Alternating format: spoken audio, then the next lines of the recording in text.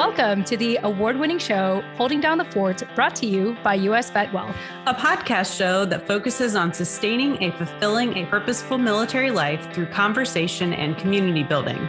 I'm Jen Amos, a Gold Star daughter, veteran spouse, and creator of Holding Down the Fort. And I'm Jenny Lynn Stroop, a seasoned military spouse, mom of 2 boys, and your co-host. Together, we'll converse with special guests from the military community and for the community to share knowledge, resources, and relevant stories on how we can best hold down the fort for ourselves and our loved ones. Now let's get started.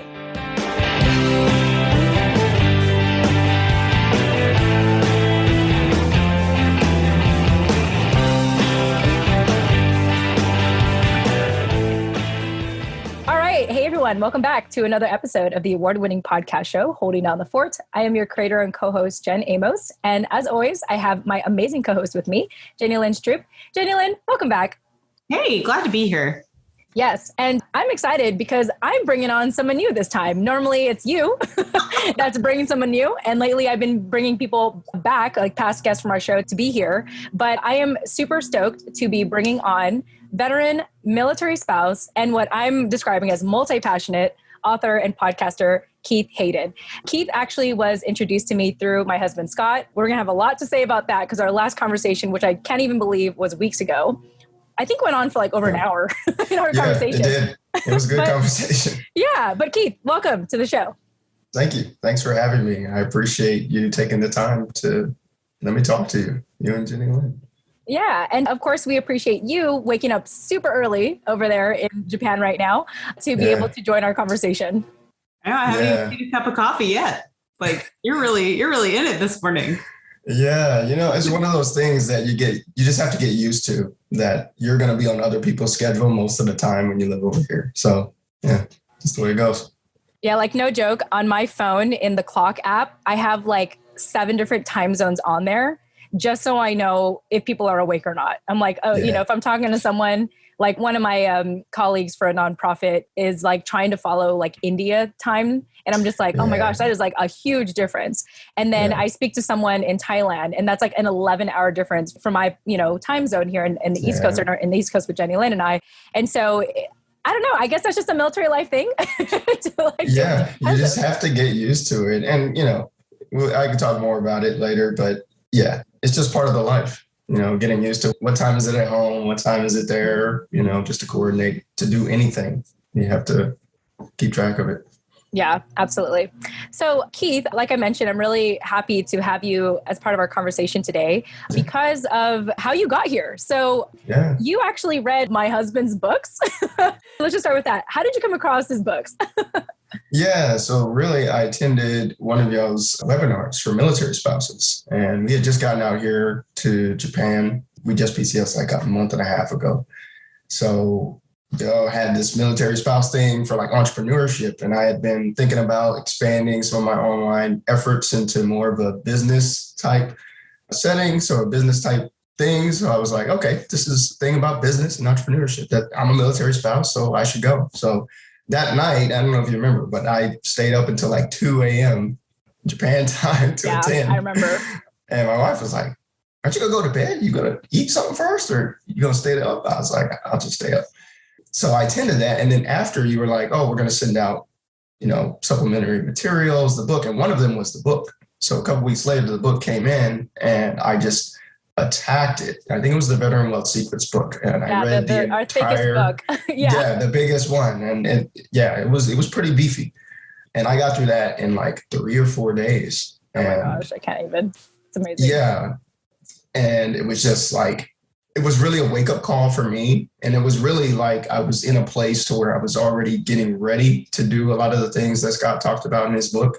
But that was just kind of the catalyst. Okay, let's get after it. Let's start making some. And then, of course, that led to the conversation. And then now I'm here. So yeah, oh, for sure. I love that. And part of it is because I was part of the writing process for Scott to get this book together. And there were so many times in our experiences, here we are, I think like 3 to 5 books later, where there was always sort of this self-doubt that I feel like he sort of had because, when you're, at least in his case, and this is just coming from my own perspective, like watching him be a veteran, watching him just feel alone, in civilian life, especially because he was often in Navy towns. And as an Army guy, he always felt like that outlier, in a sense. Yeah. And so for him to have, shared this feeling of like, finding your purpose. Like we often talk about that for veterans, about finding your purpose, but there's actually like a vulnerability to admitting that you're in your second leg of life in a way, and you have to start over. You have to start a new career. You have to start a new sense of self, and it's difficult. And so it was interesting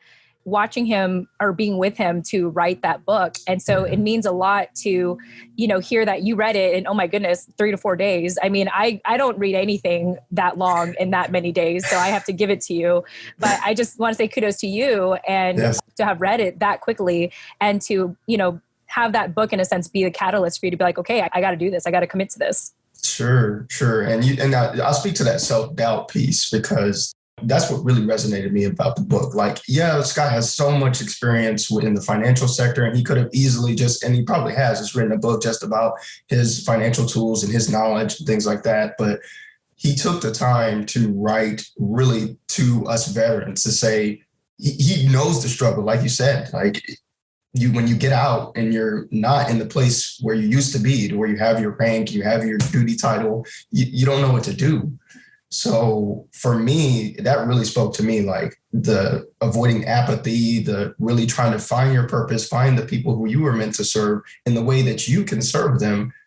I was right there. I was right there with him. I'm like, man, not only did I live this, but I'm getting towards the end of it. Like, and this has been a years long process for me, but yeah, you guys wrote an excellent book. So I appreciate that. Yeah, no, for sure. And it's great to hear that feedback because I think it's affirmation for Scott to know that he's headed in the right direction. Oh, yeah. I am equally as impressed that you read a hefty book on finances in 3 to 4 days. I can blow through a fiction book in that amount of time, but something that actually requires like thought and processing, probably not going to do, especially finance. There's a reason I was a marketing major in business school and not a finance major. Same journalism major here. Journalism. I only had to take a statistics class and I had to take it twice because the first class I got a C-, and then in order to pass, I had to get a C. So I retook it. I got a C and I was like, I'm done. I'm going to grammar and spelling, et cetera, et cetera. But anyway, go on. That's how I felt about accounting. I may or may not have taken accounting more than once because marketing is fun and pretty and accounting is not. So kudos to you. I mean, I'm curious, like, what was your biggest, as a veteran and a military spouse, like, what was your biggest takeaway? My husband's active duty and he's 5 years from retirement mark. Not that he's necessarily getting out in 5 years, but we have that option. Yeah. So what was your biggest takeaway? And what do you wish you knew before you got out that you know now, like post reading the book? Yeah, I appreciate that question. I think the biggest takeaway is knowing that you are probably not going to be able to transfer your financial situation one-to-one like you think. And because that's what we're all told, right? Go on LinkedIn. This is the story that Scott tells and that I was told, frankly, go on LinkedIn, put your resume, all these headhunters. I don't know if that's what they're called, but that's what I call them. All these headhunters are coming after you like, oh, you're a young officer, you're getting out, come talk to our company. And I interviewed at a couple of these companies and med tech sales and all that stuff and these, big ticket companies. But the financial picture doesn't just translate, especially when you take into account all of your benefits, your life insurance, your, commissary BX, BAH, COLA, all that good stuff. That doesn't exist outside of the military.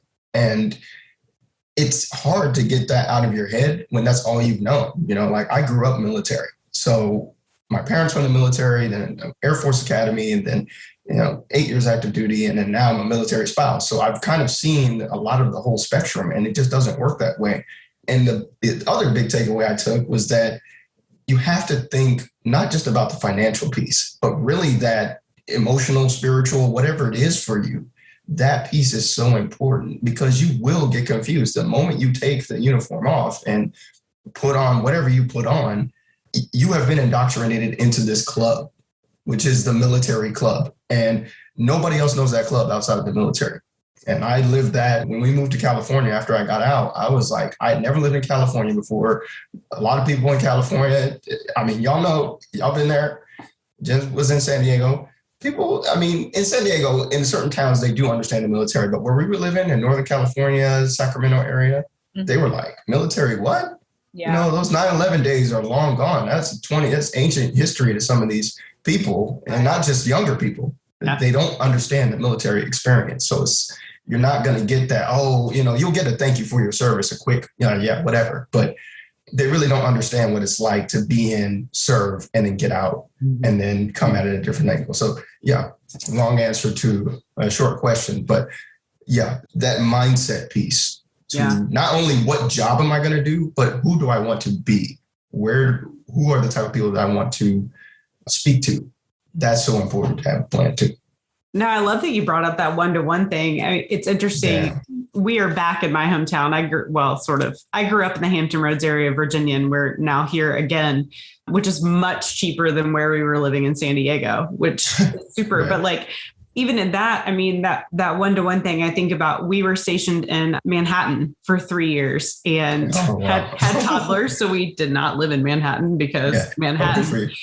But even still, I think about, I took a short-term part-time job with a nonprofit up there that they would loved having somebody military affiliated, obviously Phil, but to your point, couldn't get any young officer that was just retiring or even young enlisted because they could not, as a military nonprofit, they couldn't afford the same pay level that people were coming out at. Absolutely. And everybody with all that leadership experience was, quite honestly, a little overqualified. Absolutely. Yeah, that is a huge issue. And you're not ready, you don't understand because you've just been progressing up this, ladder in the military, the way it's designed. But then when you get out, it's like, well, I was captain. I should come in as a project manager at this mid-level, but they don't really see it that way, and my career field, which was law enforcement, special investigations, if I had wanted to continue doing that, I would have had to start completely at the bottom again. FBI training, if I wanted to go FBI or whatever. So I knew that coming out, and I was like, I'm 30 whatever years old. I'm not going back to be a grunt and sucking wind and eating dirt and all that stuff. I already done that plenty of times. So you have to face this decision, right? Do I completely start lower, not just pay, but just position wise, or do I just bounce and I'm going to find something else? And that uncharted path I have walked, kind of straddled both in my time since I've been out.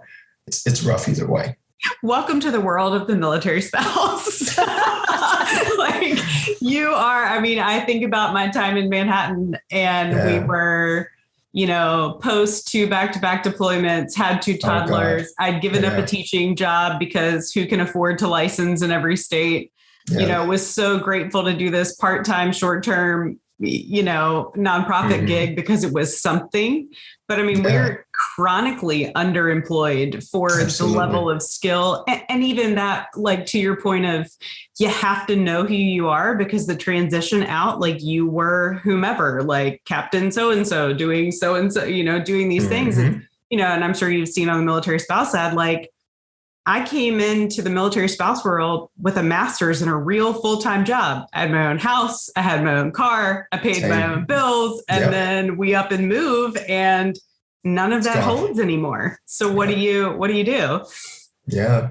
You have to be okay. Yeah. I like that, Jen, because on some level you have to be okay with starting over almost every time. And whatever it is, it may not even be a PCS. It just may be a lengthy deployment or something, or some type of situation that takes them away, or just long hours, I know around here, I know one of the initial, I don't want to steal Jen's thunder, but I remember she asked one of the questions in the emails before the interview, and it was how do you hold down the fort? I find myself doing all this stuff that I never thought I would be doing. Okay, this is going to be an interesting story. When we were in California, my wife, she has this thing for chinchillas. I don't know if y'all know what a chinchilla is. It's cute. Fuzzy animals. Yes. Yeah, there you go. Softest fur, right? So we had a chinchilla. Sadly, we couldn't bring them to Japan because they don't like things that look like rats. Yeah, I don't know. It's the thing over here. But we had this chinchilla, and I became the caretaker of this chinchilla, because I'm a military spouse. I'm at home, and she's working all day. And so like I'm sweeping up chinchilla poo, I'm cleaning chinchilla cages. What do I look like? I didn't even know what one looked like until she was like, oh, can we get this? I was like, what is that? I don't know what that is. So for 2.5 years while we were living in California, I took care of this thing. And that's just one of the many tasks, as you know, and you as a mother, and you know, like that in itself, parenting, we don't have kids, but I mean, just taking care of the home and doing the things that they can't do while you're there, you're just there. Just things just default to you, whether it's cooking, cleaning, holding down the fort, doing essentially the stuff that they don't have time to do, they cannot do, but needs to get done, all those daily things. So that's the life. Absolutely. I'm curious to know, Keith, since you have transitioned from being a service member to a military spouse, like, have you connected with the military spouse community? Because, Jenny Lynn and I know it's a huge community, especially Facebook groups, organizations, what have you. Have you decided to be invested in the military spouse community since you've transitioned? I'll be honest, I have not really like deeply dipped my toe in, and not dipped my toe in. I haven't like jumped in completely. And that was because when we were in California, we were stateside. So it was a little bit easier. It was just like, okay, she goes to work. And then I was teaching at the time, same, Jenny Lynn. I was teaching, but it was COVID. So I was just at home. Mm-hmm. So didn't really have anywhere to go. So I wasn't like going out. I didn't really have an occasion to bump into people. I definitely didn't run into any other military spouses. But I will say that I have joined this group of, I forget the name of the group, but it's military spouse dudes or something. They call it the men's room. Nice. And then they have one that's really cute over here in Okinawa. They call it Man Pendant. #Man Pendant. That's amazing. Yeah, it's the name of the group. And I'm on their Facebook group and I do talk to them. And actually, when I found out that I was going to be a guest on this podcast, I kind of hit them up and was like, hey, I'm going to be on this podcast. What do you guys think or whatever? And just got some feedback from them just about like being a male military spouse, obviously, kind of elephant in the room. Not a lot of us when it comes to when you crunch the numbers, just by numbers. Yeah. And that experience definitely affects how we engage with the military spouse community as a whole, because it is majority female. And I'm kind of used to that, having a teaching background, of course, teaching is very female dominant. So I'm used to moving in those spaces, but I just we've been here a month and a half and I haven't really done it locally, but online, I've done a little bit. And you have a whole room unpacked. I'm very impressed. Like I see 0 boxes there. Good job. Yeah. Excellent work holding down the fort. I am super proud of that because I was told Jen, when we first talked a couple of weeks ago, my wife was very sick. So when we moved from the base, because over here in Japan, COVID is still out there. There's still a lot of stuff. So there's a lot of restrictions. When we got here, we were on a 2-week quarantine just to get off base, to do our house hunting or whatever. And then we moved to this place, and then that's when my wife gets sick. So not only am I taking care of her, but our place, we just got our household goods like that day. And she's just like, I need to go to sleep. I need to rest. And so for 3 or 4 days straight, your boy was on his feet. And you see these hardwood floors? These floors are pretty hard. I mean, when you spend 3-4 hours just back and forth, unpacking boxes, unwrapping a little paper. Yeah. They have like a Japanese style. I don't know if have y'all ever been to Japan? I was born in Japan, so I get the culture. Right. Yeah. Yeah. So they have these bathroom rooms where the whole room, you can just shower on whatever.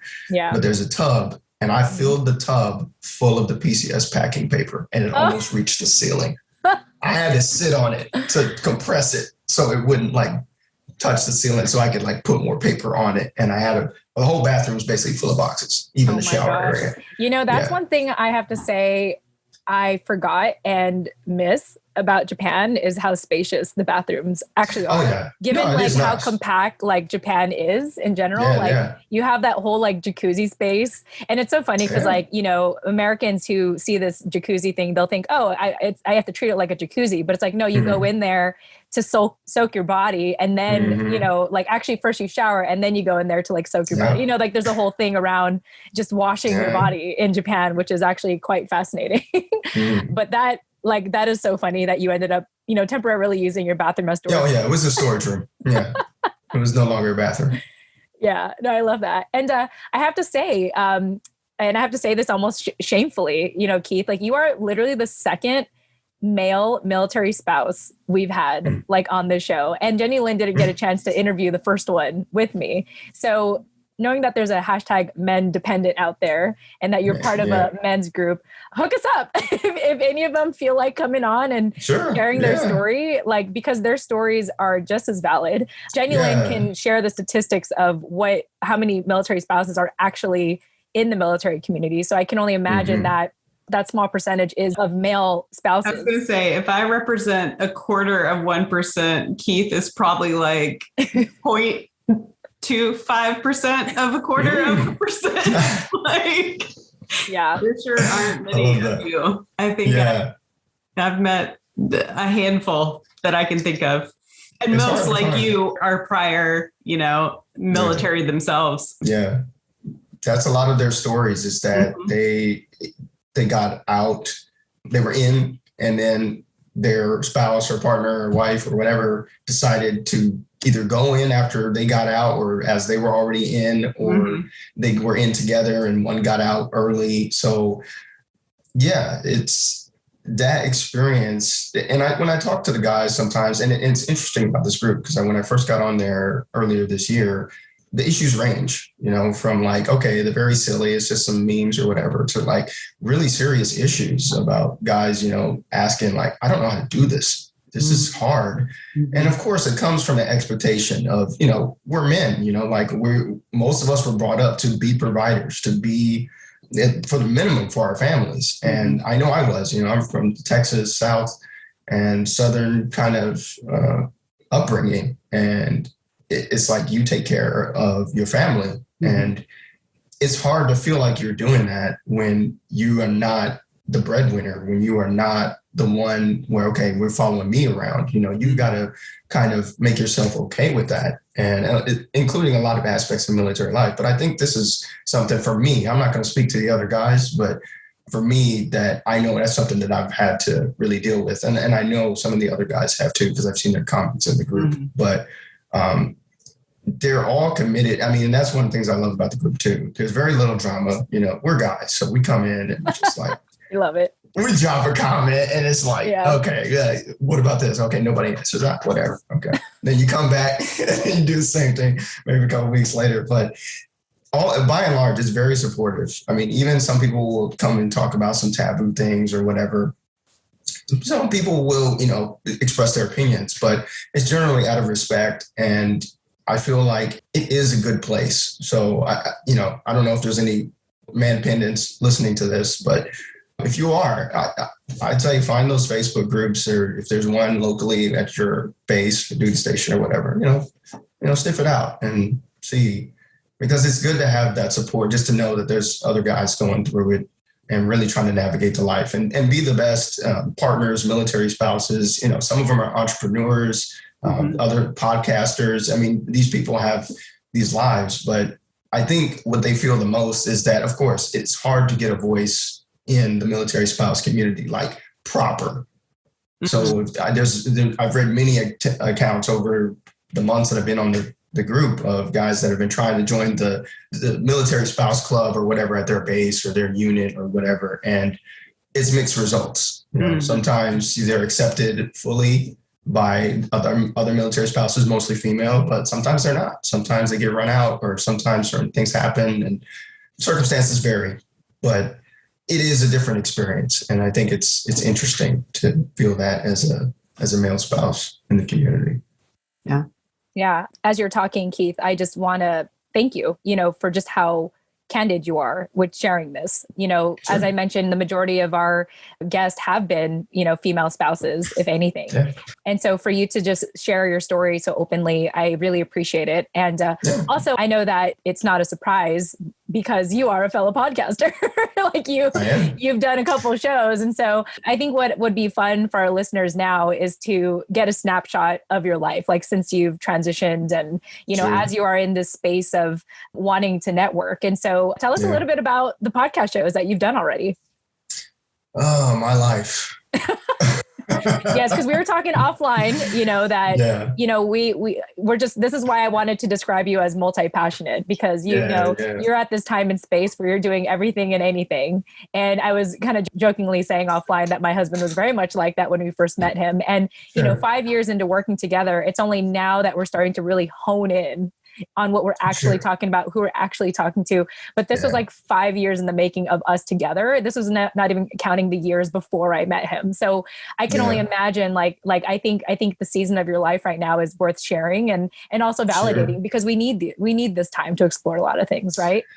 Yeah. Yeah. And I'll say this, so next week is my get out of the military versary. I don't know if that's a thing, but that's, transition versary. I don't know what transition versary. I'll be 5 years out next year or next week. And it's been a road. So initially,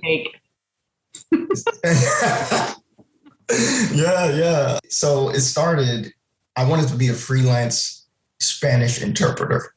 Now I know that sounds random, but if I take it back, I'm really passionate about foreign languages. Foreign languages are kind of my thing. I majored in, we didn't have a foreign language major at the Air Force Academy. What we had was called Foreign Area Studies. So that's what I majored in. And it's kind of like poli-sci with like cultural area sprinkled on top. So mine was Asia.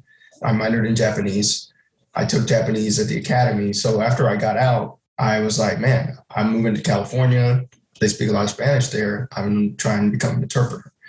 So I did that for a few years and I kind of hit a wall there because it's really hard to like become like certified. And my goal was to be a court interpreter. It's really hard to get certified. Just like a lot of things are in California. Things are just harder because it's California because they can't, It's just a hard, I appreciate you saying that because I feel like since I've been in the East Coast for the last 3 years, I'm like, wow, like people are nicer here. Life feels slower out here. Like people are more forgiving of you gaining weight out here. Like California, like when I last visited, in August, it was like, I remember feeling so uptight again. Like I literally like picked out my wardrobe because I knew that my friends just have this habit of pulling out their phones and unapologetically taking pictures. But anyway, I hear you in the difficulty of California. And I'm sure Jalen can add to that as well. It's that Cali life, I feel like, I don't know what it is about it over there, but becoming a teacher over there was a process too. So that's what I did next. Around 2018, I was like, this isn't working. I'm kind of stuck. And then at that time, right, I'm going through this, when we circle back at the beginning, we talked about that identity, talking about like being lost. I went through that at that time. I was going through it. Mm-hmm. So I went back to teaching because when I first got out, like immediately after I got out, I went back to San Antonio and I actually became an avid tutor. So this is a type of tutor that basically prepares kids for college who, it just gives them an opportunity to get tutored in certain classes and pushes them towards college. So I did that at my old high school. And I was like, you know what, I kind of like this teaching thing. And so I put it in the back of my mind. Like I was like, file away for later. So then I revisited it in 2018. So I decided to go back, got my teacher credential, and became a math teacher. But of course, as what happens in most people's story, COVID. Yep, COVID. Good old COVID. Good old COVID. So for me, my COVID story is I was actually in my teaching credential program, and I was doing my student teaching at a middle school in my town where we used to live. And so I remember the day after my birthday, which is in March. That was when we hit the lockdown. That was like the day after. I remember the kids singing happy birthday to me. And that was the last time I ever saw them. That essentially cut off my program. So of course my program I hadn't finished. I had to go through all this thing. And then the state of California ended up saying, okay, if you're at this point in your credential, you can do this. You can be certified to actually teach because that was a huge concern. So I ended up getting a job at a high school in Sacramento And yeah, I taught there until we eventually PCS'd, as what happens in the military as military spouses. And now I was like, well, I have a state of California teaching credential, but I'm in Japan to do that. So as I was going to, that was my kind of professional, and that's like professional stuff, interpreting, teaching. But on the side, I started to write. So back in 2017, I started getting together. I was trying to write basically a field guide for learning languages. Because as I said, since I got out of the academy, I've continued to study Japanese on my own. I taught myself Spanish to fluency, including I got a GED in Spanish. Wow. Because I was trying to show that, I took the test entirely in Spanish and everything. Wow. Yeah, I took the DLPT, the Defense Language Proficiency Test in Spanish, tested at a 3.3, and I never took a class in Spanish. And even though I grew up in San Antonio, I didn't grow up speaking Spanish, only bad words and the standard. Well, I can say the same. Living in San Diego for 20 years, I never picked it up, even though we were constantly pressured to learn Spanish because of the marketplace. I just couldn't do it, but continue. Yeah. So bottom line is languages are kind of my thing. So I wanted to write a field guide based on all of my experience, teaching myself languages for other people. So that resulted in my first book. And I have it here. You're not going to be able to see it because it's a podcast, right? But if you can imagine a blue book with a cover, it's called The Tower of Babbling. And which you can provide in the show notes, by the way. Sure. So we'll put it in the show notes. Yes. But that was my first book, and it turned out great. We didn't end up publishing until 2019. But yeah, I was super proud of the book. So the book came out, but I didn't really, I didn't really feel like an author because I just put it out and I wasn't trying to market or anything. But then my second book came along. As you see the poster behind me, well, once again, this podcast, you can't see me. It's called, we're on video. They'll be listening to this in their car or something. But this is my second book, Sirius and Limnick.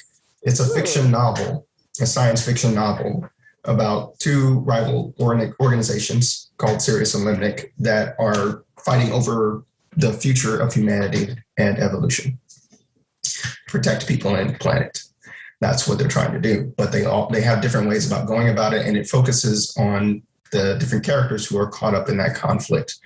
And these characters, many of them, true to form, are military veterans or have military experience, but it's not really just a military novel. It definitely has a lot of ideas about our society and ways to it's some extrapolations of that, but ways to hypothesize about making it better. That's basically why I wrote the novel. So that novel actually came out earlier this year in January. Oh, wow. So since then, I have really been I've actually been on a couple of YouTube interviews, and I was on the So Wizard podcast. It's just this nerd podcast that they, talk about stuff like that, because I sprinkle in stuff with Japanese anime, Chinese culture. It's really a hybrid of different scenarios, things, my experiences. And that's what I'm really good at, is kind of synthesizing and taking things from different places and then kind of putting them together into a coherent narrative or story. So that's what I wanted to do. So fast forward to, I find Scott's stuff and I have these two books. I already have a website. I already have an email list. I hadn't really been marketing hardcore, but I'll share this with you that just this morning, I got an email because now I'm in the process of turning this book into an audio drama podcast. And I got an email that said that my podcast is ranking in the United Kingdom. Okay. It's number 57 or something. Another thing to add to the show notes. I've never gotten such an email in my life. That just happened. I woke up an hour or an hour and a half ago. So yeah. Wow. So it is working. I am gaining momentum, and this is one of the reasons that I'm here, is to expand that network, expand the reach, not just to get more people to find it, but really it's about the message. And I shared this with you, Jen, that my kind of personal mission statement, I've refined it since the last time we talked, but it's to develop change makers by connecting the humanity and cultures through education, technology, and story. This is my personal mission statement that I've come up with for myself. And it really encompasses everything that I've done and that I intend to do through my books, through my teaching, through, as we talked about, a couple of weeks ago, when it comes to technology, I'm really interested in that. We talked a little bit about like AI voices and things like that. So I'm very interested in this futurist. I feel like we could talk for hours, like offline. Oh yeah, of course. I mean, I have so many ideas for stuff that I want to do. And then what was lacking is like the business acumen, the business side and the marketing. I know I'm stepping into you guys' territory with this, but I'm very new to that side. So I'm learning quickly though. I'm reading stuff and listening to books and learning how to like turn it on to where not only can you bring attention, but you can actually make a living from it, but you can find the people you serve at the same time. So it all kind of runs together. So yeah, that's the summary, right? I love it. I mean, I may or may not have some jealousy over the fact that he has 2 books published with his name on the cover and a poster in his office there. No, I was really thinking when he started talking about personal mission statement, I was like, oh my God, my husband would love that. He is a mission statement kind of guy. Absolutely. And as I have gone from teaching to military mental health, to podcasting, to writing, he has really encouraged me to do the same, because I think it goes back to what we started this with, is like, you have to know who you are in order to know where you're going to go. And 100%. That, like, we have worked very much together to craft one for our family. Wow. And kind of left out that, like, that meant that we were 2 people coming to that. Like, we're really good at like, this is our family vision. This is what we want to do. But like individually, we haven't been so great at that. And so just over the last like year or 2, as I've really like kind of dived headlong into the podcasting thing and the writing thing, in addition to working full time, he's really encouraged me to write my own. And I thought, oh my gosh, he's going to listen to this podcast and be like, see, I told you. You need to listen to him if you're not going to listen to me. Third party is always the best party, right? Yeah. But it's so important to just keeping, to your point, Jenny Lynn, it's so important to keeping you grounded and focused. And Jen was talking about how, Scott was doing all these things and I'm doing, multi-talented, because of course, going along with the podcast, I'm the podcast editor, I'm the music composer, I'm the sound engineer, I'm a voice actor. I do everything. I just record and send everything to Dennis. Like, so you are more well-rounded of a podcaster than I am. So I literally come here to talk to people and occasionally bring friends on the show. Yeah. But you guys y'all are doing it smarter than me, because I'm sitting here like taking hours doing all this stuff and y'all like, okay, I'm just going to do an interview. And I'm done. I'll go do other things. But we all have our styles, right?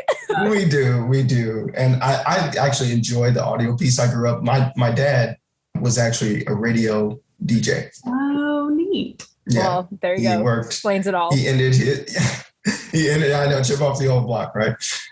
He ended his career as at our oldie station in San Antonio at Conemaugh. So I grew up, telling people my dad was on the radio and things like that. And it was just kind of an interesting, the first time I ever set up my microphone, and it's off camera, but my microphone is there. I was just like, I kind of felt a little emotional, because I was like, man, I wonder what my dad would say, hearing his son, like doing not only radio stuff, but really just sound. I grew up an audio guy. My dad, you can see these tower speakers behind me. My dad always had like a nice stereo. Everything else, some things would be busted, broke down, but like the stereo was always nice, because that was his job, and he had hundreds of records. Our house, we still have it back in my mom's house back in San Antonio, just hundreds of just old records. And so I grew up listening to so many different sounds, and Motown and country music, and of course, pop music, Michael Jackson, heavy rotation, at the house.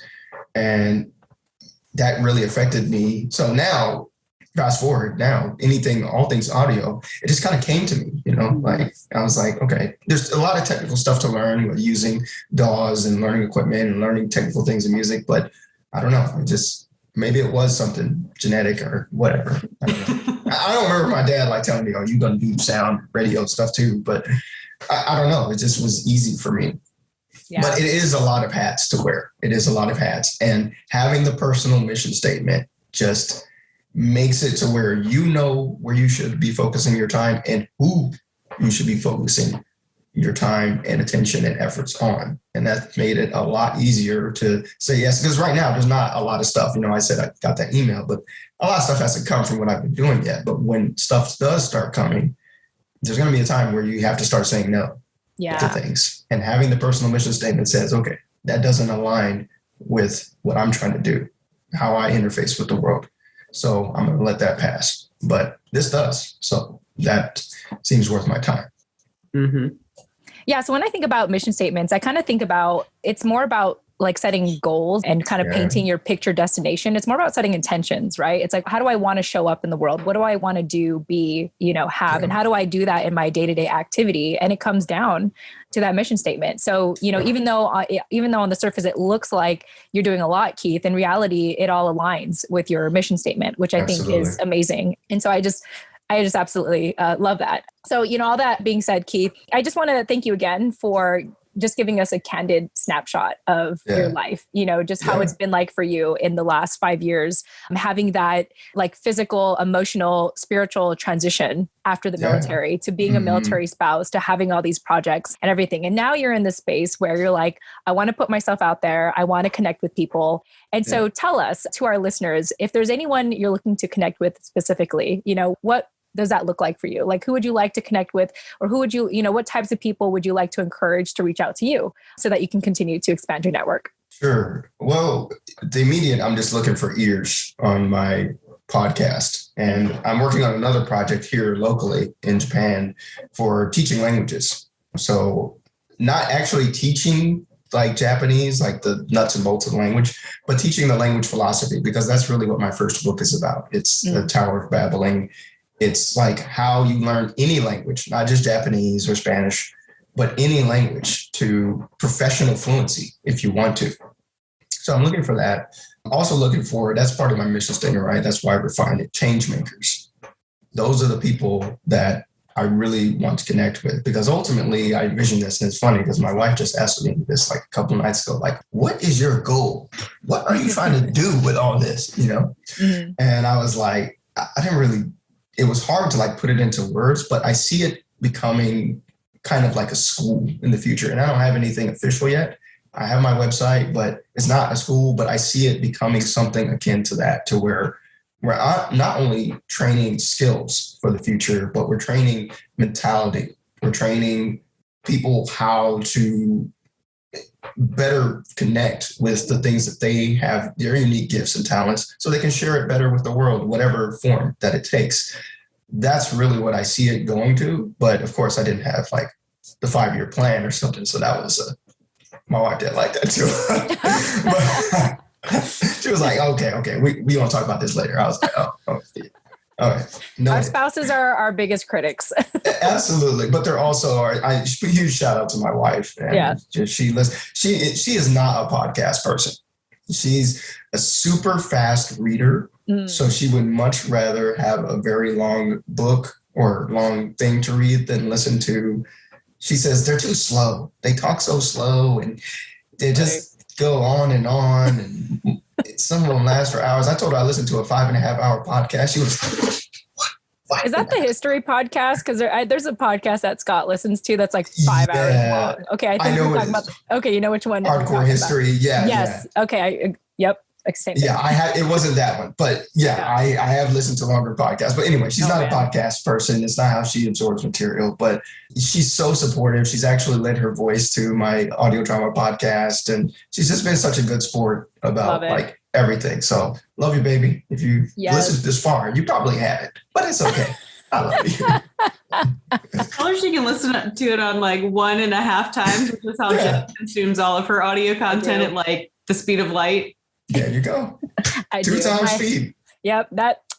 Anywhere from 1.5 to 2 times speed is like my jam. Because usually what will happen is Dennis gives me the initial edits of the recording, and then I just put it at 2 times speed. And then I'm like, I only like cut out certain things that maybe we didn't want mentioned or whatever. But yeah, I think as a podcaster, it's like, it's just faster. It's like I can digest a lot better when I speed up the audio. Because I know some listeners, they like to hear, I don't know, the sounds or like the pauses in between, but I'm like, nah, I just want to get to it. And so I'm that listener. That is me. Anytime it auto speeds up on me, I'm like, what is happening? It did it this morning. And I was like, why are they talking so fast? Oh, why do they sound like chipmunks now? What happened to their voices? Yeah, for sure.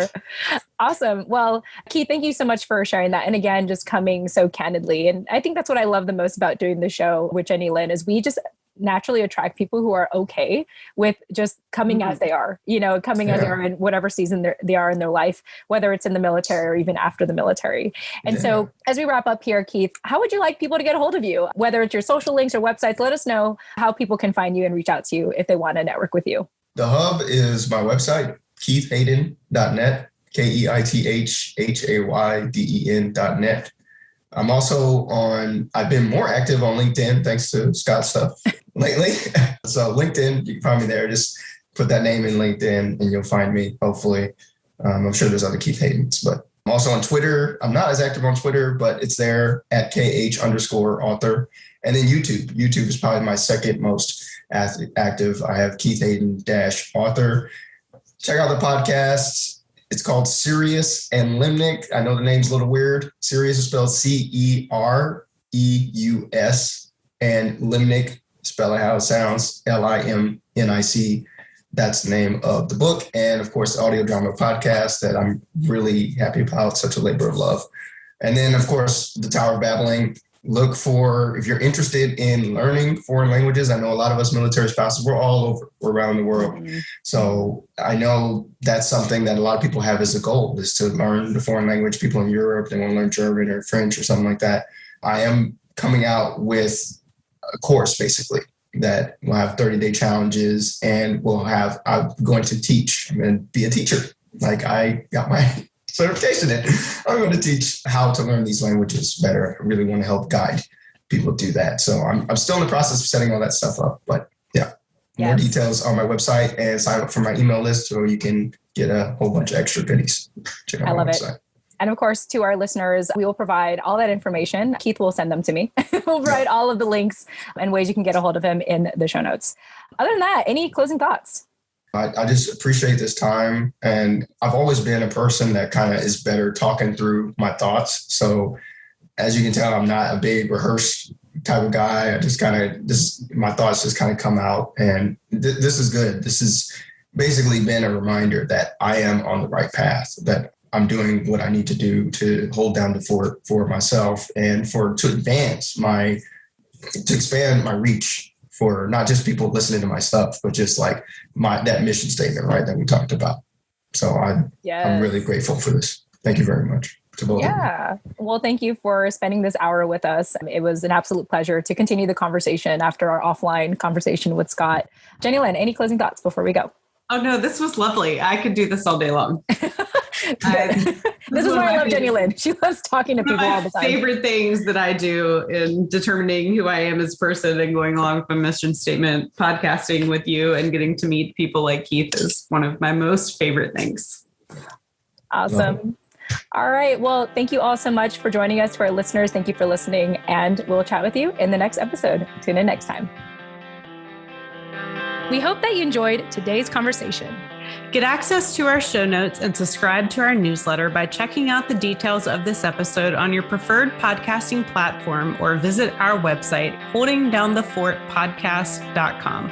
And while you're on holdingdownthefortpodcast.com, be sure to follow us on Instagram, LinkedIn, Twitter, Facebook, or our YouTube channel.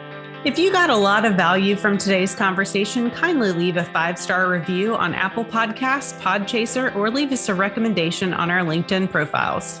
Thanks for listening. Tune in next time.